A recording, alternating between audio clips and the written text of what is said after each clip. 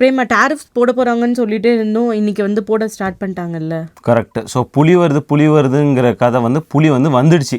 இந்த புலி எத்தனை பேரோட வேலெட்டை கடிச்சு கொதற போகுது அப்படின்னு தெரியல. ஏன்னா 25% டாரிஃப்ஸு கனடா மெக்சிகோங்கிறது ஒரு பெரிய விஷயம். நம்ம முன்னாடியே வீடியோ பார்த்தோம், ஸ்டாட்டிஸ்டிக்ஸோடு காமிச்சிருந்தோம். பார்த்து கொண்டு இருக்கிற ஒவ்வொரு பேரோட வேலெட்டை காலி பண்ண போகுதுன்னு கண்டிப்பாக நம்ம பிளான் பண்ண வேண்டிய ஒரு கட்டாயத்தில் தான் இருக்கும். ஏன்னா இந்த வீடியோ எப்போ எடுக்கிறோன்னா இன்றைக்கி மார்னிங்லேருந்து டாரிஃப்ஸ் அப்ளை பண்ணிட்டாங்க. இது ஈவினிங் ரெக்கார்ட் பண்ணுறோம். எந்தெந்த ப்ராடக்ட்டுக்கு பிரச்சனை வரப்போகுது, நம்ம எப்படி அதை பிளான் பண்ண போகிறோம் அப்படிங்கிறது ரொம்ப இன்ட்ரெஸ்டிங்கான ரொம்ப யூஸ்ஃபுல்லான வீடியோவாக இருக்க போகுது. ஏகான்ஸ் ஆப்பை பற்றி நான் இன்வெஸ்ட் பண்ண நாள்லேருந்து அதுக்கான அப்டேட் கொடுத்துக்கிட்டு இருக்கேன். லோ ரிஸ்க் நல்ல ரிட்டர்ன். நீங்கள் ஸ்டாக் மார்க்கெட்டில் இன்வெஸ்ட் பண்ணிங்கன்னா ஹை ரிஸ்க் ஹை ரிட்டர்ன் நான் ஒத்துக்கிறேன். ஆனால் எல்லாத்தையும் நம்ம ஸ்டாக் மார்க்கெட்டில் போடணும்னு அவசியம் இல்லை. கைண்ட் ஆஃப் மியூச்சுவல் ஃபண்ட் கொஞ்சம் அமௌண்ட் அதில் போட்டு வைப்போம் அப்படின்னு நினச்சிங்கன்னா ஏகான்ஸ் ஆப் ஒரு நல்ல ஒரு ஆப்பர்ச்சுனிட்டியை தராங்க. நான் யூஸ் பண்ணிருக்கேன். அதோட ரிட்டர்ன்ஸுமே உங்கள் ஸ்க்ரீன்லையும் காட்டுறேன். உங்களுக்கு வேணும்னா அந்த லிங்க் டிஸ்கிரிப்ஷன்லையும் பின்ட் கமெண்ட்ஸ்லையும் இருக்கு. ப்ளஸ் நீங்கள் ஃபர்ஸ்ட் டைம் ஜாயின் பண்ணும்போது உங்களுக்கான ரிவார்ட்ஸும் அதில் இருக்கு. Hey guys, welcome back to our channel. வணக்கம் நண்பர்களே, நான் உங்க பிரேம் பேசுகிறேன். நான் உங்க ஆர்த்தி பேசுகிறேன். பிரேம், இப்போ எவ்வளோ டாரிஃப்ஸ் போட்டிருக்காங்க? நம்ம முன்னாடி வீடியோ பார்த்தோம் இல்லையா? ஸோ அதே மாதிரி தான் மெக்சிகோ மேலே 25% டாரிஃப்ஸ் விதிச்சிருக்காங்க. கனடா மேலே 25% டாரிஃப்ஸ் விதிச்சிருக்காங்க. மிக முக்கியமான ஒரு விஷயம், கனடாவில் முக்கியமாக ஆயில், நேச்சுரல் கேஸ் அண்ட் எலக்ட்ரிசிட்டிக்கு மட்டும் 10% விதிச்சிருக்காங்க. சைனா மேலே ஏற்கனவே 10% விதிச்சிருந்தாங்க. இப்போ அது 20% ஆக்கியிருக்காங்க. இப்போ ஆல்ரெடி இவங்கள்ட்ட இருந்தானே பிரேமா இவங்க நிறைய திங்ஸ்லாம் வாங்கிட்டு இருக்காங்க. கரெக்ட். அந்த டேட்டாவே நம்மள்ட்ட இருக்கு. இவங்க எவ்வளவு இறக்குமதி பண்றாங்க அப்படின்னு. யுஎஸ் கவர்மெண்டோட பட்ஜெட் எப்படி டெபிசிட் பட்ஜெட் சொல்றாங்க. அதாவது அவங்க செலவழிக்கக்கூடிய பணம் வரக்கூடிய பணத்தை விட அதிகமாக இருக்கு. ஸோ எப்போதுமே அது ஒரு கடன் பட்ஜெட்டாக தான் போய்கிட்டு இருக்கு அப்படின்னு சொல்லிட்டு இருக்காங்க இல்லையா? அதே மாதிரி தான் அவங்க கன்சியூம் பண்ணுற பொருட்கள் பார்க்கும்போது எப்படி நான் பார்க்குறேன்னா அவங்க எவ்வளோ இறக்குமதி பண்ணுறாங்க வர்சஸ் எவ்வளோ ஏற்றுமதி பண்ணுறாங்கன்னு பார்க்கும்போது அதுலேயும் டெபிசிட் தான். அதாவது அவங்க இறக்குமதி பண்ணக்கூடிய பொருட்கள் அதிகமாக இருக்குது ஏற்றுமதி பண்ணக்கூடிய பொருட்களை காட்டிலும். அப்படி பார்க்கும்போது இந்த டாரிஃப்ஸ் 25%, அதுவும் மிக முக்கியமான ஒரு விஷயம், இவங்க தான் டாப் 3 கண்ட்ரிஸ். அவங்க மேலே போடுறது கண்டிப்பாக ஒரு இம்பாக்டை தான் கிரியேட் பண்ண போகுது. உங்கள் ஸ்க்ரீன்லேயே பார்க்க முடியும். 2024 யுஎஸ் கவர்மெண்ட் எந்தெந்த நாட்டிலேருந்து அதிகமாக இறக்குமதி பண்ணியிருக்காங்கன்னு பார்க்கும்போது மெக்சிகோ தான் முதல்ல இருக்காங்க, 505.9 பில்லியன். அடுத்தது தான் சைனா வராங்க, 438.9 பில்லியன். அடுத்து கனடா 412.7. இவங்க 3 தான் டாப் 3 கண்ட்ரிஸாக இருக்காங்க. ஸோ கண்டிப்பாக எல்லாரையும் இம்பாக்ட் பண்ண போது. இந்த டாப் 10 பார்க்கும்போது 10வது இடத்துல இந்தியா இருக்காங்க. நிறைய முன்னாடிலாம் சைனா கிட்ட இருந்தானே பிரேமா இறக்குமதி பண்ணிட்டு இருந்தாங்க. கரெக்ட். ஸோ அந்த ஒரு கிராஃப் நீ பார்க்குற சைனா தான் இவங்க அதிகமாக இறக்குமதி பண்ணிட்டு இருந்தாங்க. ஆனால் ட்ரம்ப்போட ஃபர்ஸ்ட் டேர்மில் இவங்க சைனா மேலே நிறைய இவங்க டாரிஃப்ஸ் விதிச்சாங்க. ப்ளஸ் பைடன் அவர்களும் அவங்க பங்குக்கு செஞ்சாங்க. சைனாட்டேருந்து இவங்க இறக்குமதி பண்ணக்கூடிய பொருட்கள் கம்மியானது காரணம் நிறைய டாரிஃப்ஸ் இருக்கிறதுனால மெக்சிகோ அதிகமானது. அந்த கிராஃபில் நீங்கள் க்ளீனாக பார்க்க முடியும். அதுக்கப்புறம் தான் மெக்சிகோ ரொம்ப அதிகமாக இன்றைக்கி மெக்சிகோ நம்பர் 1ல் இருக்காங்க.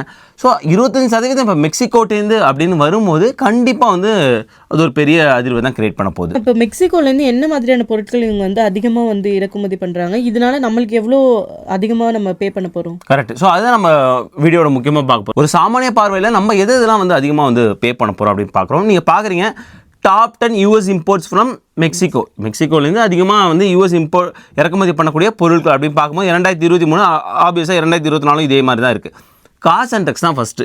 என்ன சொல்கிறாங்கன்னா இங்கே விற்கக்கூடிய 5ல் 1 car or light trucks Mexico or கனடாவில் பில்ட் பண்ணதாக இருக்குது அப்படின்னு சொல்கிறாங்க. அது ரொம்ப முக்கியமான ஒரு விஷயம்.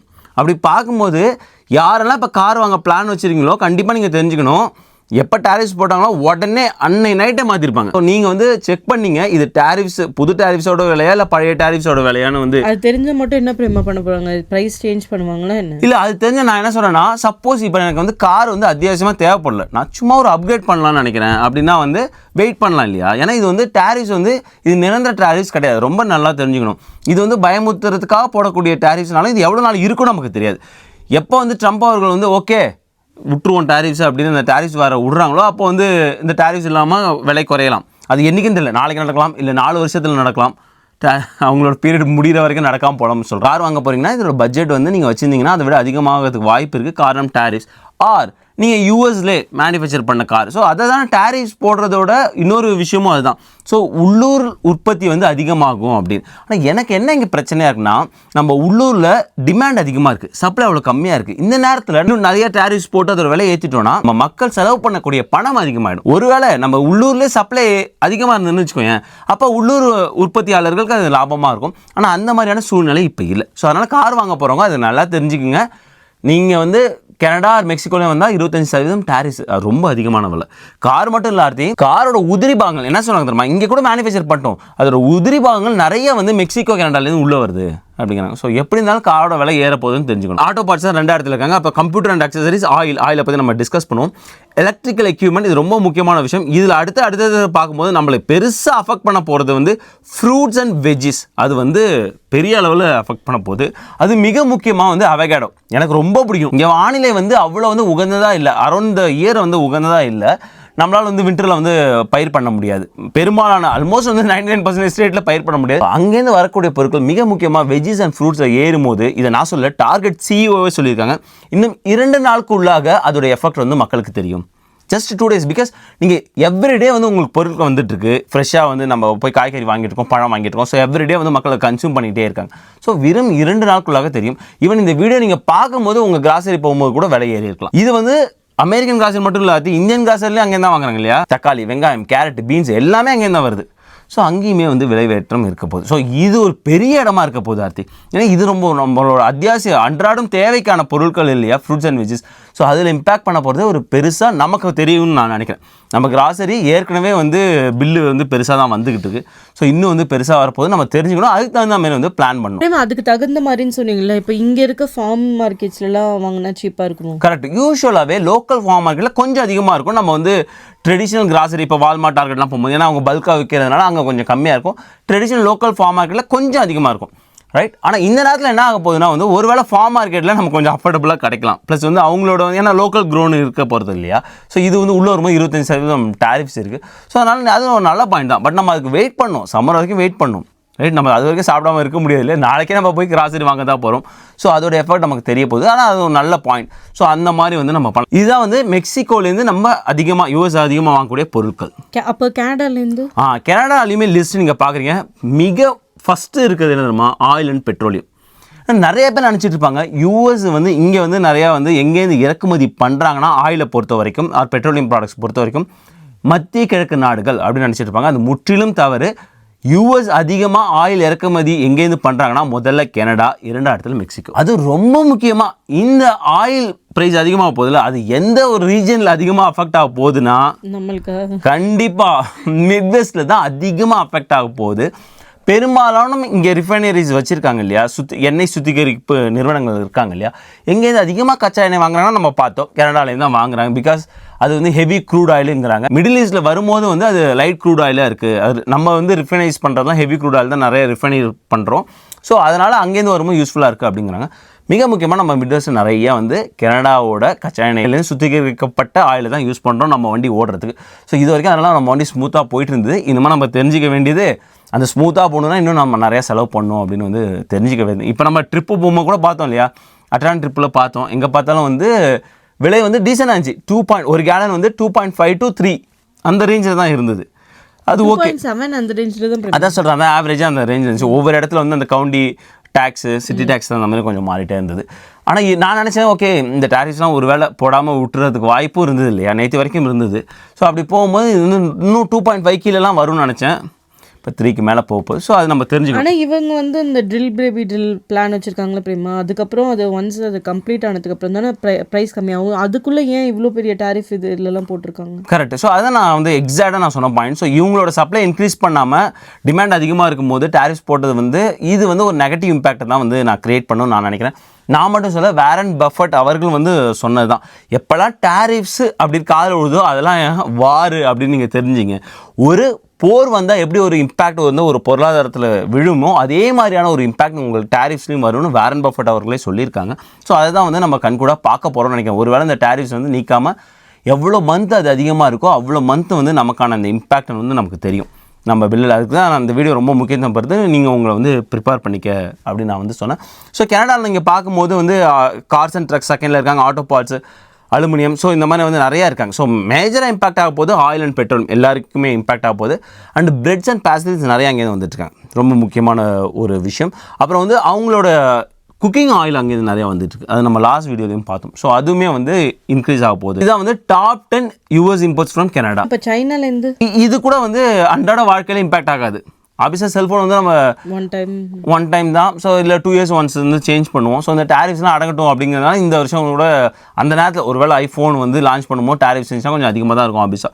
ஸோ அதனால நம்ம ஸ்கிப் பண்ணிட்டு போகலாம். ஸோ அதனால் இது ஒரு வாய்ப்பு இருக்குது. Computers and accessories, so again அதுவுமே அதுதான் நம்ம அன்றாடம் வாங்கக்கூடிய பொருளாக வந்து அது இல்லை. எலக்ட்ரானிக்ஸ் அப்படின்னு பார்க்கும்போது நிறைய பெரிய இம்பாக்ட் வந்து சைனாலேருந்து நமக்கு வந்து விழப்போகுது. டாய்ஸ் நம்ம பார்த்துருக்கோம் இல்லையா. ஸோ டாய்ஸு, கிளாத்திங்கு கொஞ்சம் சைனாலேருந்து வந்துட்டுருக்கு. ஃபுட்வேர் அதெல்லாம் வந்து சைனாலே வந்துருக்கு. ஸோ அது எல்லாமே வந்து இம்பேக்ட் ஆக போகுது. ஈவன் இந்தியாவிலேருந்து கூட நிறைய கிளாத்திங்லாம் வருது இல்லை? கரெக்ட். ஸோ இந்தியாவிலேருந்தும் நிறையா வந்து கிளாத்திங் வந்துக்கிட்டு இருக்கு. அது வந்து ஒரு சோகமான செய்தியும் இருக்குது. இப்போ இந்த டேரிஃப்ஸ்லாம் போட்டதுனால அடுத்த டேரிஃப்ஸ் எங்கே, அடுத்த நாடு யார் அவங்க டார்கெட்டில் இருக்க போகிறாங்க அப்படின்னு பார்க்கும்போது ஐரோப்பா யூனியன், இந்தியா இருக்காங்க. ஸோ அங்கே ஒரு டேரிஃப்ஸ் விதிக்கும்போது நம்ம முன்னாடியே பார்த்தோம் இவங்களோட டாப் 10 கண்ட்ரிஸ்க்குள்ளே இந்தியா வராங்க. ஸோ அது எந்த மாதிரியான விளைவுகளை ஏற்படுத்தும் இப்போ நம்ம அது ஒரு பெரிய வீடியோ பார்க்கணும். இந்தியன் கிராஸ் எல்லாம் ஏற்கனவே கடன் வச்சுட்டு தான் வாங்கிட்டு இருக்கோம். நீங்கள் எவ்வளோ பெரிய கடன் ஆக போகுதுன்னு தெரியல. மீன்ஸ் கிரெடிட் கார்டில் நம்ம வாங்கிட்டு இருக்க சொல்கிறேன்.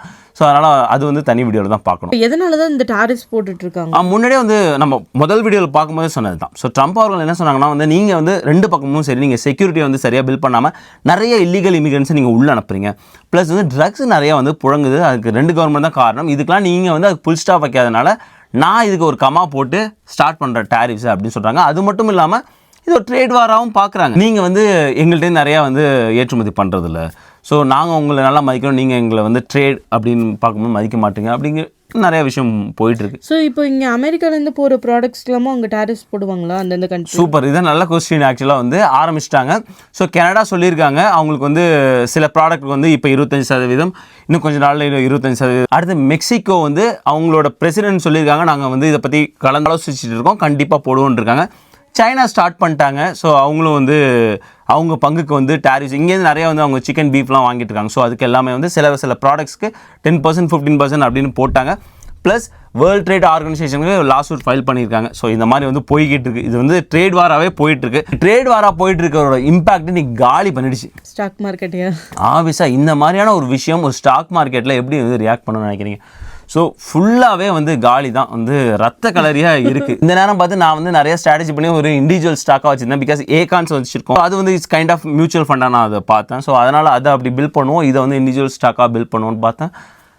ஸோ ட்ரம்ப் வந்ததுலேருந்து நம்ம எல்லாரோட பார்வை வேறு மாதிரி இருந்தது. முக்கியமாக வந்து பங்கு சந்தையில் இன்வெஸ்ட் பண்ணுறவங்களோட பார்வை வேறு மாதிரியாக இருந்தது. பட் இது வரைக்கும் அந்த மாதிரியான ஒரு விஷயம் நடக்கவே இல்லை. இப்போ நீங்கள் சொல்கிறதெல்லாம் வச்சு பார்க்கும்போது இன்ஃப்ளேஷன் இன்னும் கொஞ்சம் ஜாஸ்தியாக போகுதுன்னு நினைக்கிறேன்ல, கம்மியாக சான்ஸ் இல்லைல்ல? ஆமாம், அதை வச்சு தான் வந்து பங்கு சந்தை வந்து இந்த மாதிரி வந்து ரியாக்ட் பண்ணுது. நீ சொன்னது மிகவும் சரியான ஒரு விஷயம். இதுதான் வந்து நிறைய பேர் வந்து சொல்லியிருக்காங்க. இன்ஃப்ளேஷன் வந்து கண்டிப்பாக ஒரு ஷார்ட் டேர்மாக வந்து திரும்ப ஏறப்போகுது. பணவீக்கம் வந்து பெரிய தலைவலியாக இருந்துகிட்ருக்கு. ஸோ அது வந்து இன்னும் இருந்துகிட்டு தான் இருக்கும். ஏன்னா ட்ரம்ப் அவர்கள் வந்த பிறகு இன்ஃப்ளேஷன் குறையுங்கிறது தான் எதிர்பார்ப்பாக இருந்தது, மார்க்கெட்டோட எதிர்பார்ப்பாக இருந்தது. நம்ம எல்லாருமே பேசிகிட்டு இருந்தோம். பட் அந்த மாதிரி வந்து போகல. ஸோ இதுதான் நம்ம தெரிஞ்சிக்க வேண்டியது. ஸோ இதை நோக்கி தான் போயிட்டுருக்கு. இதுக்கு தான் நம்ம பிளான் பண்ணோம். அதான் நம்ம நிறைய வந்து டிஸ்கஸ் பண்ணோம். எங்களை விட உங்களுக்கு நிறைய தெரியும். நீங்கள் தயவு செஞ்சு கமெண்ட்டில் சொல்லும்போது அது ரொம்ப எங்களுக்கு மட்டும் இல்லை, பார்க்கக்கூடிய எல்லாருக்குமே வந்து ரொம்ப யூஸ்ஃபுல்லாக இருக்கும். இந்த ஒரு கடுமையான சுச்சுவேஷனில் எப்படி நம்ம வந்து பிளான் பண்ணுறது நம்ம டிஸ்கஸ் பண்ணணும் இல்லையா.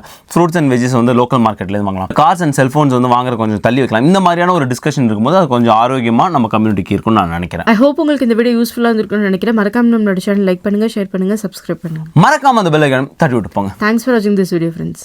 நன்றி.